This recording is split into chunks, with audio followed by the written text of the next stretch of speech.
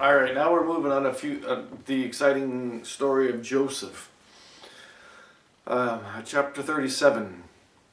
With brother Esau in Seir, Jacob was happy to stay in the cursed company of the Canaanites. Joseph told his dad that his brothers were bad. So Jacob made Joseph a nice shirt. Wait, verse 3, an ornamented tunic, or as some people would call it, a many-colored raincoat. No, whatever it is. So his brothers hated him. I mean, what do you figure? One brother out of 12 gets a nice jacket and everybody else has to have something dreary. Surely it's a bit... yeah, well, anyway. I had a dream where I am ruler over all my brothers and they bow to me. What? You want to rule over us?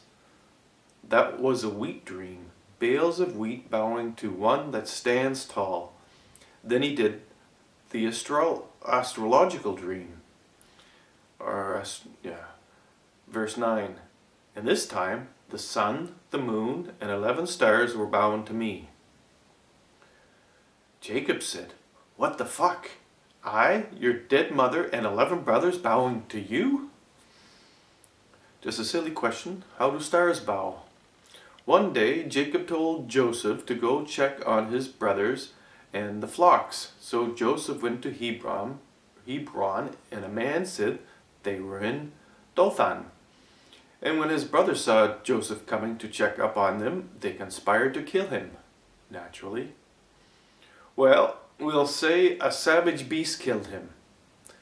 The brothers took off Joseph's tunic and threw him in a pit with no water, having decided not to kill him with their hands. Just leave him to starve.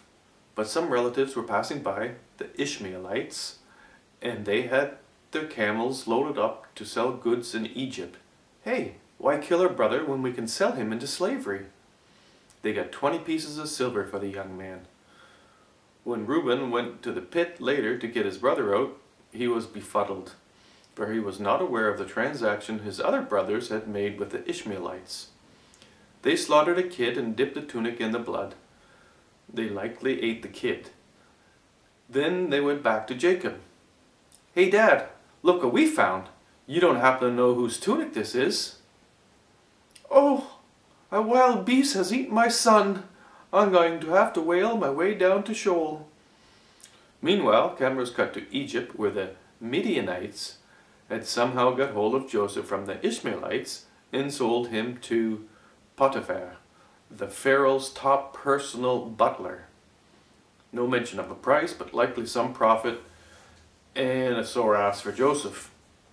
Alright, so we've got brothers hating a brother and throwing him in a pit, probably a pit to catch a wild beast. Oh yeah, so now we get Joseph, the guy that does dreams. Okay, this is a little bit of foreshadowing for what happens soon.